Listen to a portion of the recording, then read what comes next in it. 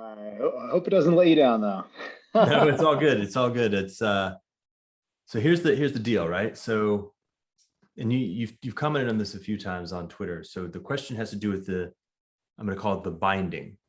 So we have the point of proof of work, the depth of it is that there's something necessary, there's something crucial about the binding of the informational layer to the energetic layer, right? So it's more than just game theory and incentive structures. There's actually something deeper than that, which is the substrate that makes this particular thing stable. Not sure what the term is, but the point is has to do with necessity, like having integrity, having enough integrity to actually then do the rest of the stuff we'd like to do on top of it. So the inquiry that got me here was I was really just contemplating the what kinds of primitives are necessary for a stable, evolvable, what I'm calling a self-organizing collective intelligence, right? SOCI. And this particular one is the most, for me at least thus far, difficult to get my head around, and also in many ways the most important. So I know that you've been working along in the area as well, and I'm super interested to kind of dig into it. Yeah, I would absolutely love to. And yeah, I mean, interestingly enough, I was also just on a conversation with another friend of mine working in the decentralized, very same topic. It was the second conversation we've had to try to sort through these principles, and it helped me to articulate, to further articulate a lot of the ideas that I'm currently actually working on putting into a shareable format that I can publish as a paper. So hopefully that will be helpful to a wider audience of people. But I think actually when you were going over this, you landed on sort of integrity, but I think stability also has a lot to do with it in the sense that, at least through the lens that I'm trying to approach this question of binding, through, it also has a lot to do with thinking about possibility space and subspaces within possibility space that are either accessible or inaccessible, depending on whether a given, let's use your terminology, SOCI, is that correct pronunciation? Good enough. I don't know that it's used in, I don't know if I've actually spoken it aloud, so we'll begin there. It's, well, let's say, it's interesting. SOCI as the loci of possibility navigation, so to speak, in the sense that what we're talking about when we're talking about self-organizing collective intelligence to some extent is how are we collectively navigating possibility space such that we are opening adjacent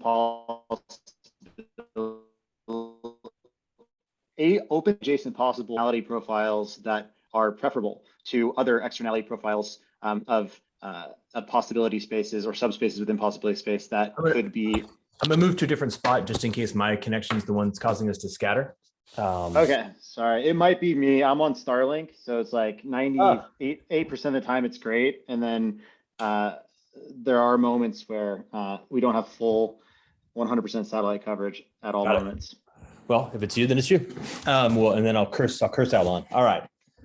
So yes, navigating possibility space, locating the spots in the adjacent possible. I'm doing so in a fashion which is in fact metastable, right? Because it doesn't do us any good to find locations in the adjacent possible that actually set off cascade effects that actually take the ground out from underneath our feet. This is maybe the stability integrity linkage. Okay, subspaces. That's where we. And this is where I think that there are, and this is why I've been trying to search for better grammar around the concept of what many philosophers currently call generals. And it's a terrible. I find it to be a terribly overloaded term, because I say general is like a military general or a general principle, or just it's very abstract and doesn't point to much of specificity. And so therefore I'm looking for a better term that can help us to point to certain types of processes that themselves tend to recur across different scales of multi-scale emergent systems, and that share isomorphically or share properties and sort of transformations that are orthogonal from the material that they're made out of, right? So Yep. like, and so like, what are good? I'm searching for better grammar around these types of ideas, but I'll just let me before we even try to classify a name for it, I want to bring it more concretely by example into what we're talking about here. You know, I would make the claim that something like proof of work is one of these, is of the category of a certain set of other types of innovations in possibility space. Now, I'll put forward a few of them. One of those that I would say is actually a ribosome, for example. Another one of them would be an actual clock, for example, the human creation of clocks. Okay. One of them would be general Turing complete computation, computers. What these things that I've listed have in common is that they are capable of basically acting negentropically in a space of diffuse information or energy to order that into an output that has a certain set of novel emergent properties that open a new space and stabilize a new space of experimentation, and yet depend on certain sort of axiomatic bindings to these spaces of energy and information, subject to something called Landauer's principle or the Landauer bound. I don't know if you're familiar with that, but it's this sort of minimum necessary information required to perform these sort of irreversible computations, or to basically take a state of high entropy and linearize it or reduce its entropy. So they actually use it, interestingly enough, in The Origin of Life. Speaking specifically of the ribosome, they talk about, like, in the Origin of Life field, if you look at Landauer's bound in terms of the efficiency of computation of the ribosome, it's something like, I might get this wrong, but something like 20 times more than the absolute minimum, whereas that's still about 100,000 times more efficient than current computation, right, is capable of. And the interesting thing about that is that because evolution came to this, evolved to this mechanism at this particular level of efficiency, that actually determines the size of cells that can even accommodate this kind of closure to begin with, in terms of like if it was sufficiently, I think it's something like 40 times less efficient or something like that, there would have been no cells capable of holding a ribosome such that you could ever have the complexity emerge within that space. Yep. So there's this very interesting relationship between the energy efficiency of any system that is attempting to create a coherent linear output, something like Bitcoin, taking many pieces of information, synthesizing them via a provable utilization of energy and computation to then create a linear output of blocks that also decide sort of what kind of,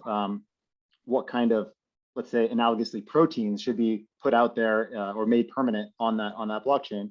And so we end up in this space where we start seeing the proof of work mechanism as analogous to these other mechanisms that various evolutionary strategies have converged on, in terms of creating a high efficiency, although certainly energetically demanding, form of providing a point of coherence for emergent systems to gather around and use the outputs of in their novel experimentation with these new components of a new or a novel creative space or a possibility space. And so I think that proof of work provides that kind of stable gateway and possibility space in the domain of social coordination as this fundamental opening, this fundamental portal to that possibility space, in which other dynamics are able to, such as many of the proof of stake dynamics, are able to experiment with purely self-referential or largely self-referential closures to see what they can bind to in a way that retains its connection to the external energetic and informational frame of reference, retains its drift resistance, let's say, on the adaptive landscape, such that it doesn't go entirely off into spaces that are existentially threatening. So I don't know how coherent that explanation was, but that was my top line of sort of where my head's at the moment. And I'm trying to articulate that more formally in some of the stuff I'm writing about. Yeah, I mean, first take is not coherent enough, but we're dealing with something, right? We're trying to figure it out. Yeah, yeah. So the way I heard that, well, the way I interpreted that, obviously mostly using my own interior to process it and grabbing as many handles as I can. Okay, hold on. Okay, one, I feel like I want to double click on the specifics of what's really going on at this, what's it called, Landauer? Landauer bound. Yeah. Landauer bound. Like, what's really going on there? Can we do the mechanism independent characteristics that show up in multiple different instantiations and identify the abstraction of what's actually happening there? That feels like one thing. Maybe that's one thing. Then the second thing that comes up is precisely this point about the distinction between proof of work and this notion of binding vis-a-vis or in comparison to proof of stake, and something like what proof of stake is binding to, and the drift notion, right? And the visual image I have, and it's an odd thing, right? Hold on. In a very naive fashion, one of the critiques of proof of work is that it is, call it, bad for the world, energetically expensive, right? And the point of this conversation is to say actually the exact opposite, that it's commingling this new domain with the world, right? It's actually the way that we prevent the noosphere from collapsing or destabilizing Or parasitizing itself. Or parasitizing, exactly. So that, and we're talking about this at a level of specificity, precision, that has to be done in places like geometry, mathematics. Like, we're talking about something which is, if I wanted to bind, it's funny, we can actually use like a different metaphorical language. If I knew that I was about to invoke an extremely powerful genie and I needed to bind it to my will so that it did not destroy the world that I was bringing it into, I would need to build a very, very strong binding. And I'm not going to build that binding out of like, just waving my hands at it. So the proposition is there's something that we're discovering. The whole point is actually more discovering than inventing. We're discovering something in the Landauer bound and its mechanism invariance that is the material out of which the proper binding between this emergent environment is and the substrate upon which it operates, and of which we are a part. So am I kind of in the zone? Yeah, no, definitely. I mean, I think that, the mechanism independent aspect is it relates directly to this apparently recurrent pattern in which, well, let's reverse. Like, I think it'd be better to take your points in turn and go back to more concretely specifying what we were talking about with this lower bound, this Landauer bound, in terms of the sort of minimal energy required to take a high entropy or disordered state and output a more ordered state via some sort of transformation, right? And so that can happen. I mean, that's a very general description, right? Like, the types of processes we're talking about are connected to almost everything because we are an emergent product of them.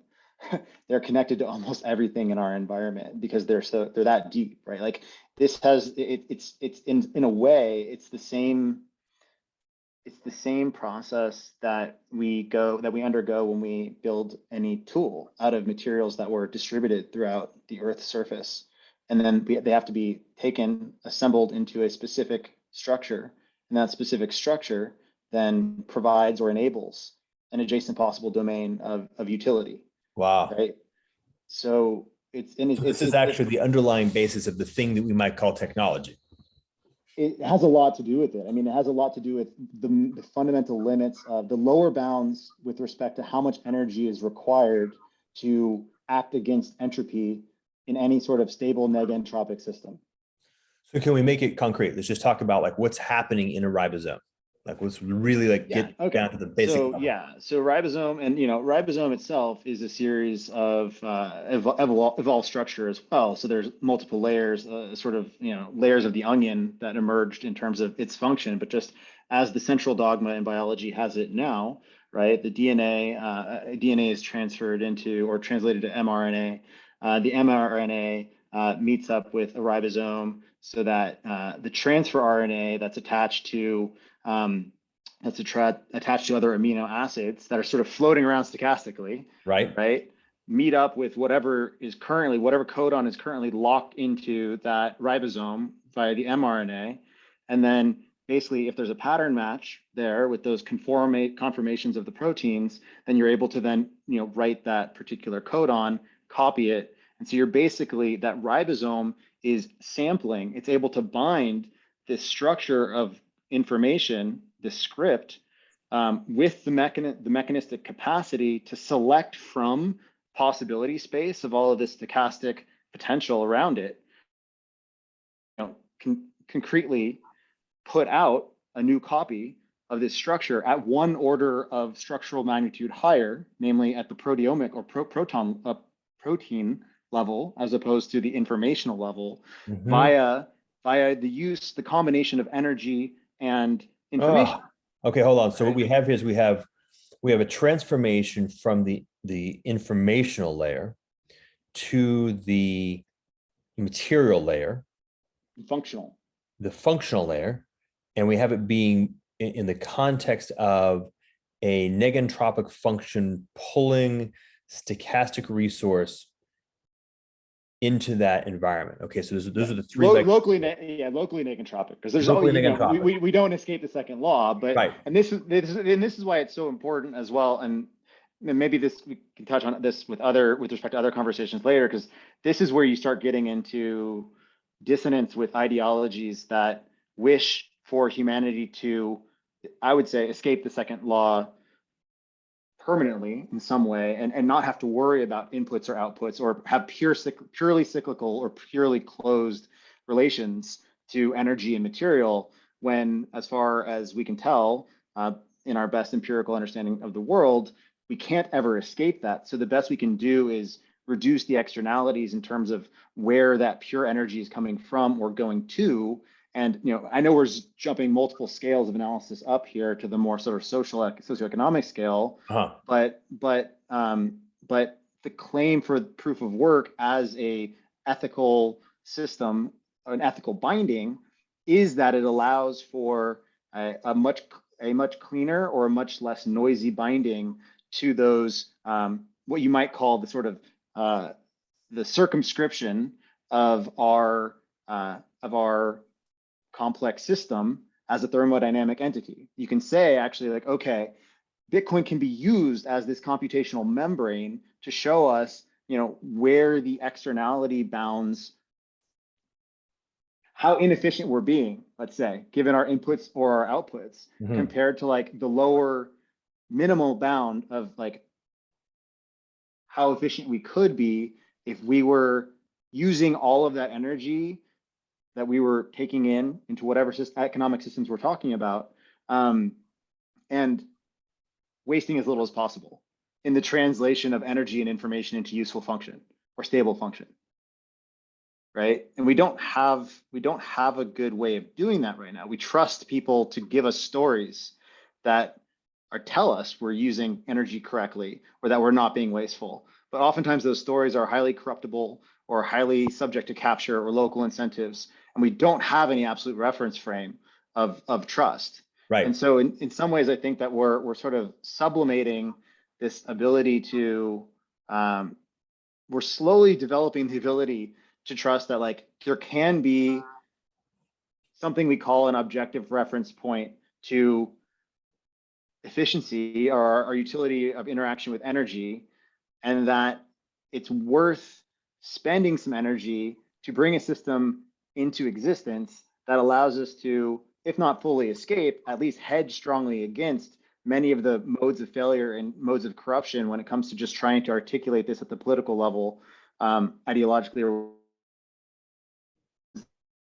the property of connecting directly to the external physical frame of reference thermodynamically, Yep. All right, so now let's talk about what happens. So shift to proof of stake, just so we can kind of like see the separation between the two, because there's the notion of it actually just kind of walk me through, how does proof of stake as it begins to evolve, what does it end up binding to? Well, so I mean, this is the interesting thing. I mean, proof of stake seems to me, and I'm going to speak somewhat abstractly, but proof of stake seems to me as if we're trying to create intentional intentionally autocatalytic spaces, right? We're trying to create spaces that are intentionally closed in terms of the fact that their legitimacy derives from the ability to convince a certain subset of people to buy into the closed cycles of processes that keep that system humming or stable, right? But those systems then need to go through an adaptive landscape of deciding whether or not they're going to remain valid in the sort of through the lens of actual functional utility. And this is why, and like most don't. This is why we see like, in the ICO wave, you saw the vast majority of those entities die. A huge amount were parasites. Some weren't, and that small subset has sort of, there's been a through line. And again, we have this expansion of this DeFi and this NFT space. Some of these are, many of these are going on to chains that are proof of stake encoded or have a sort of inertia from a proof of work, from the era in which proof of stake and proof of work were competing for the same sort of underlying claim to that external frame of reference.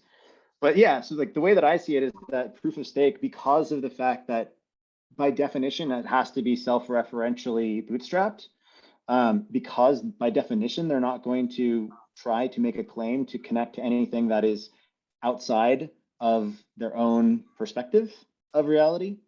They have to therefore, or they rely upon the fact that another system is doing that for them. And even though they don't build upon that, like directly with code or necessarily peg themselves to it, the fact that that connection does exist in the ecology means that the entire ecology is less, it actually has convergent logic. It actually has a selective mechanism. Interesting.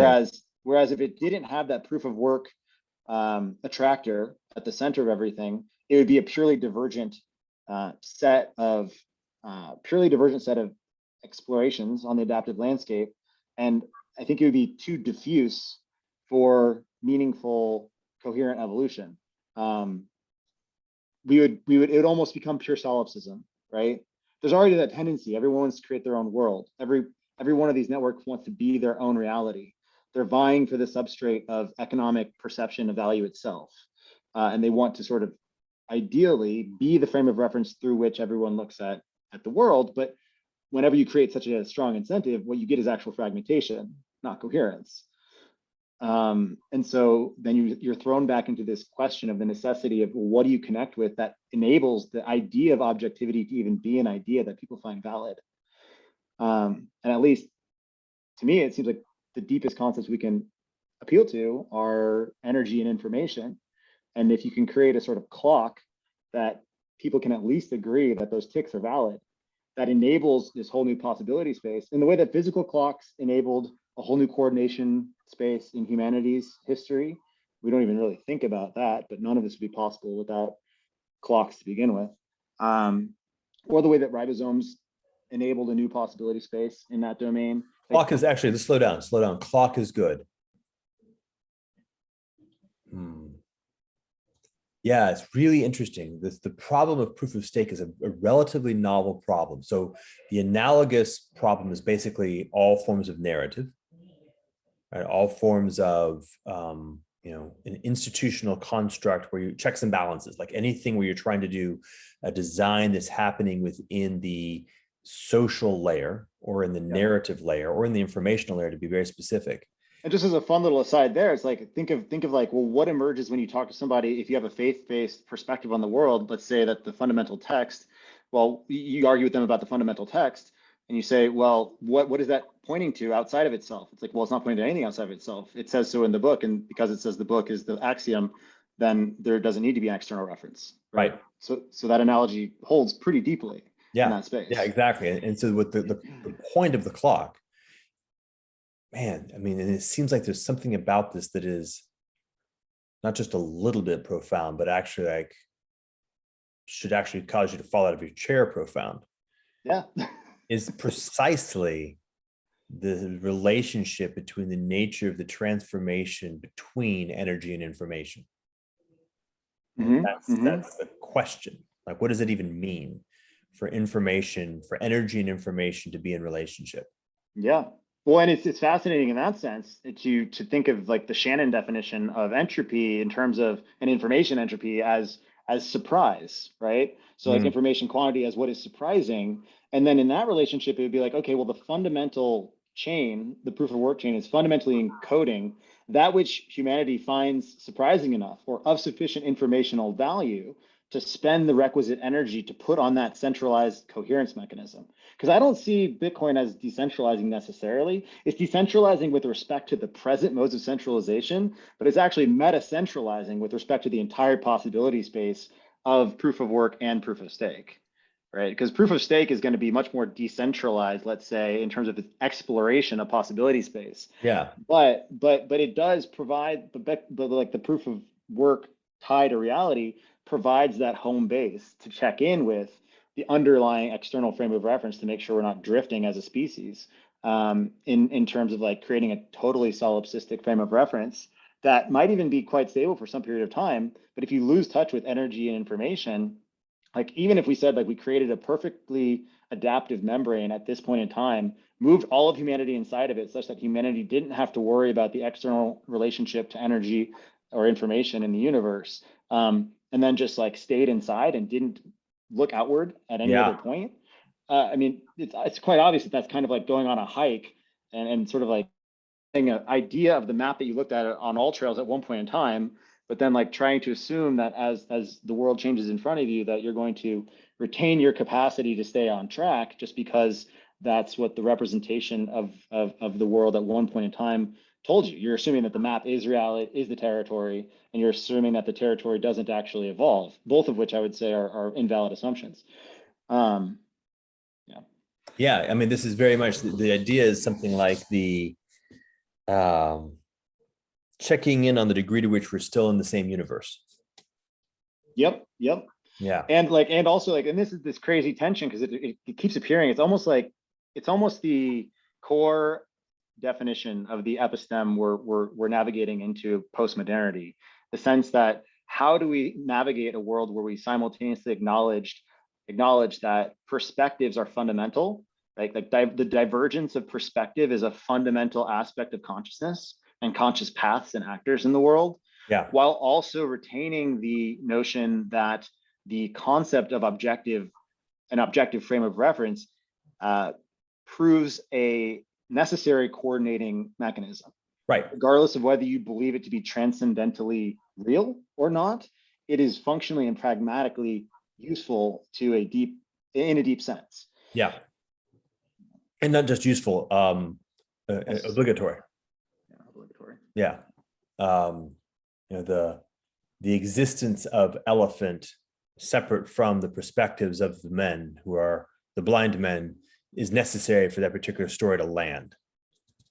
Yeah.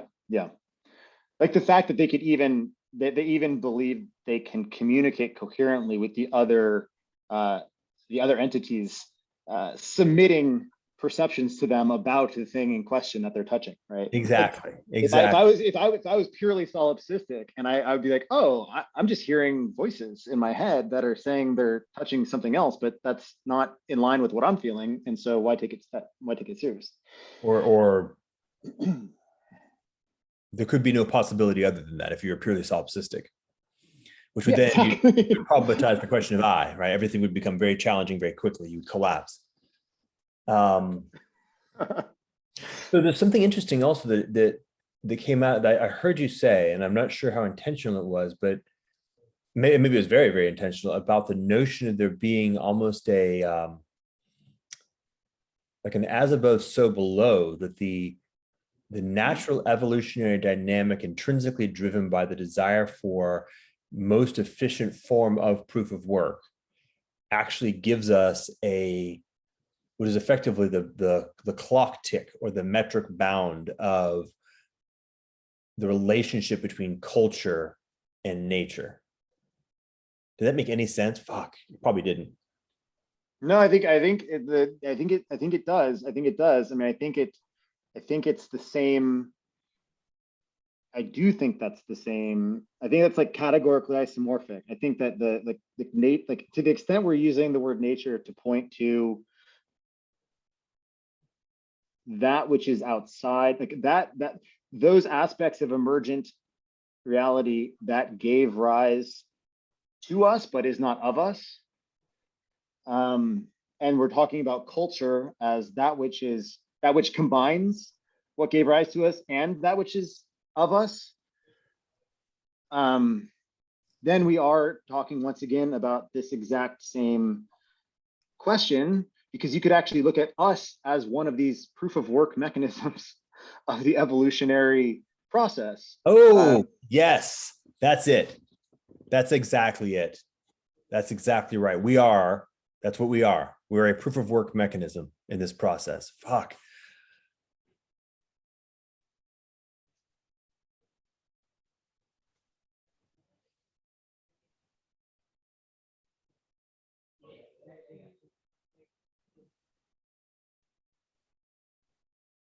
Okay, now, so this is it. So the interesting thing, just to kind of like make clear, is that there's an intrinsic decoupling between the specifics of a particular proof of work network and the fact of proof of work as a necessary binding.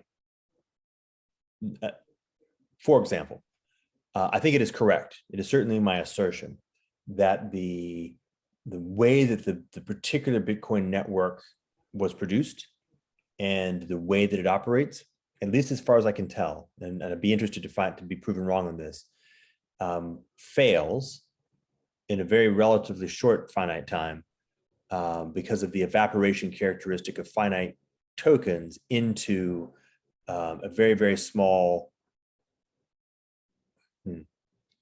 too little surface area of the collective intelligence is actually able to be deployed in the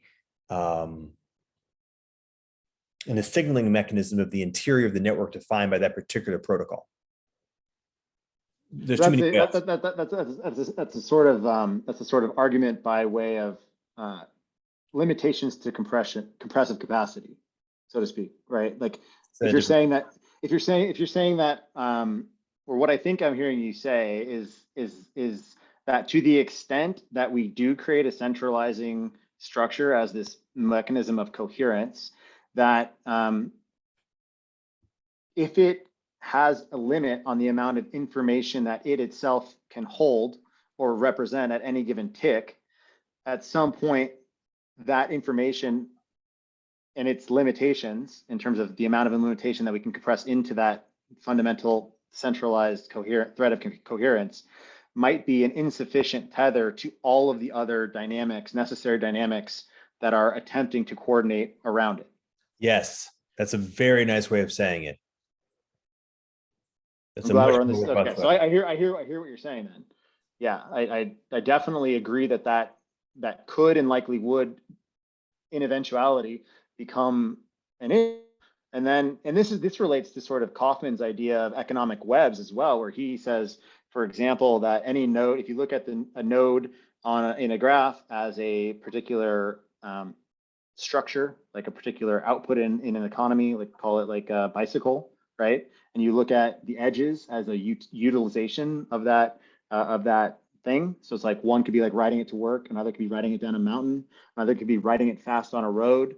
The more uses you get, it creates a sort of pull on that node that is the genesis of sort of like specialization, right? So you create by many use cases attaching themselves to one centralized node, you create a sort of fragmentary tension that then is the driver of specialization as that central node fragments into mountain bike, road bike, city bike, electric bike, whatever. Right? Yep, you've got three moves, right? You've got a flux of energy that initially moves in through the different connection points into the central node.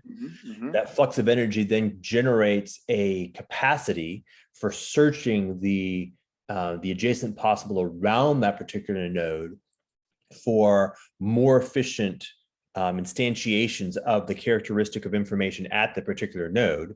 And if there is a discovery of one, that one then pops out. This is evolution, right? And you're now actually seeing how there's like a dynamic feedback loop where the more a particular organism achieves a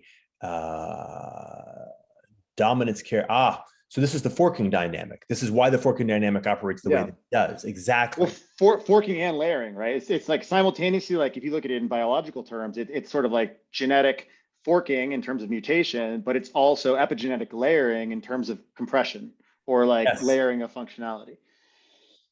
Oh, hell. So this is, it's such an interesting experience to be in a place where I can almost understand this. Isn't it weird? I mean, it feels in some ways so deep that we almost shouldn't be able to grasp it, and yet touching it does. It's whenever I feel like I get a glimpse of it, I'm kind of in awe of the fact that we're actually doing this as a species. Recapitulate, or it's almost like the I know like the whole phylogeny recapitulates ontogeny idea as a formalism of biology is not entirely true, but it also does seem that we are running that at the sort of socioeconomic level, at least with respect to recapitulating biology or evolutionary dynamics. And you had any chats with Stuart? What? Have you had any conversations with Kaufman? I haven't. I would love to. I haven't yet. You know what? It feels like that we should figure out a way to make that happen. That would be cool. I mean, he's one of my, I mean, I spend a good amount of time trying to promote his insights. And I think the Origins of Order will be seen historically as right up there with Origin of Species in time. Yeah, I agree. Well, I definitely am tired. Holy smokes. That was intense. Fair enough, man. Thank you very much. That was great. Thank you. Hey, thank you for the opportunity to articulate this and reflect and also hear your perspectives and get your articulations as well. I think upon reflection, I am actually going to share this, but with a big caveat. Okay. Even including like the fact that we had technical difficulties is like a good, like, what do you call it? It's a nice reference. Like, holy smokes. Yeah, this is nice. Thank you. Yeah, of course, brother. Anything we can do to search for understanding together, I'm in for it. All right. Have a good one. You too. Cheers. Bye.